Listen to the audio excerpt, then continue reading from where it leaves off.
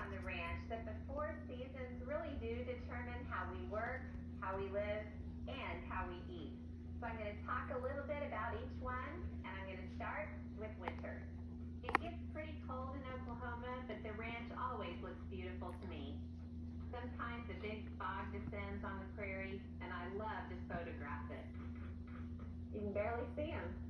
And whatever the weather, Lad, the cowboys, and the kids still have to work cattle. One of the big tasks is keeping all the animals fed with hay and feed. When the cattle hear the sound of the feed truck horn, they come running. I go along sometimes too. I'm convinced this is why you married me. I love to watch the Mustangs come get food. It is a spectacular sight. And of course, winter is the holiday season, so when we're not working, we like to have friends and family over. Merry Christmas! Throw cowboy parties. And we have a lot of birthdays to celebrate too. Thanks, guys. Then when it comes to the cooking, whether it's a nice meal after a long, hard day of work or an elegant dinner for company, there's one comfort food classic that always goes over well. Red wine pot roast. Boy, is it good. Now I have a big chuck roast, emphasis on big, and I'm going to get it into a pot with some olive oil, and I want to sear it. Just get as much color on the outside of the meat as possible.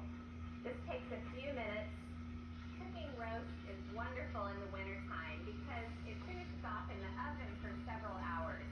In the summertime, you really don't want to leave your oven on for that long amount of time, but in the wintertime, it just helps keep things toasty inside the house. I happen to think chuck roast is the best cut of roast there is. There's so much marbling from the fat, and that, of course, needs flavor. Let me check it. Oh, it looks great. So I'll turn it over. It's got that nice, crisp brown crust on the outside. It'll just take a minute or so to finish on the other side.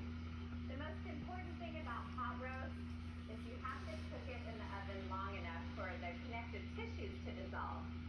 Invariably, if you cook a pot roast and it's too tough, it just hasn't cooked long enough. I get emails from folks saying, I ruined my pot roast, it's too tough. And I say, put it back in the oven. I promise it'll turn out. Looks good.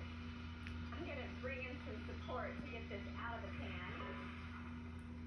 And it just goes onto a platter while I get the rest of the roast ingredients ready. First, I'm going to turn down the heat. It does not need to be on high anymore. Now, right into the pot, I'll add some diced onions. Whole bunch. I don't think you can add too much onion to a pot roast. And then I have a bunch of diced celery. Now for even more flavor, some minced garlic, and then I'll stir the veggies around just for a minute. They're starting to pick up some of those bits in the bottom of the pan.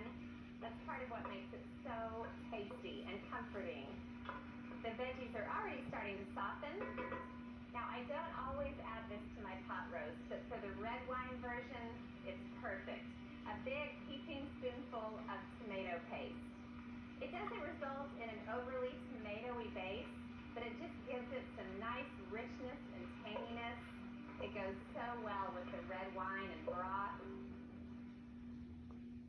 I've got some parsnips and I peeled them. I am so in love with parsnips these days. They're good. Some carrots, and I'm just kind of chopping them roughly. I don't want them to be neat and tidy at all.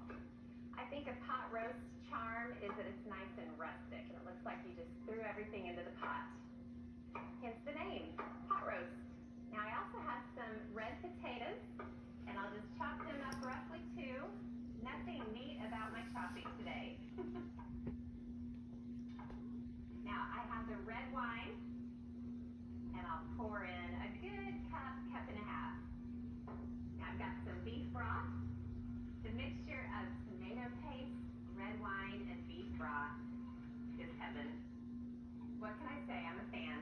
Now I have one more little secret ingredient that I like to add to this red wine pot roast. It's a little bit strange, but bear with me.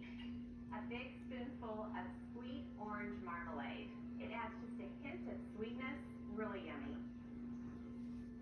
That is all mixed together.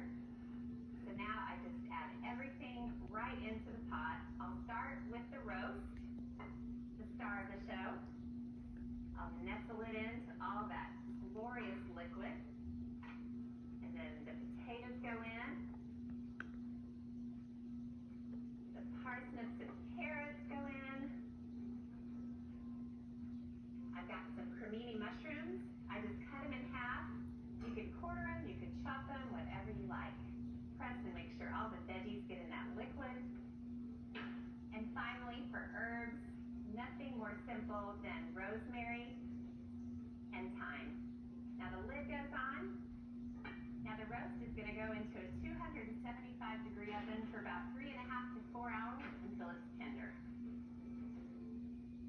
I speak from experience here. That roast is positively magical. And the best part about it is, it couldn't be any simpler to serve up.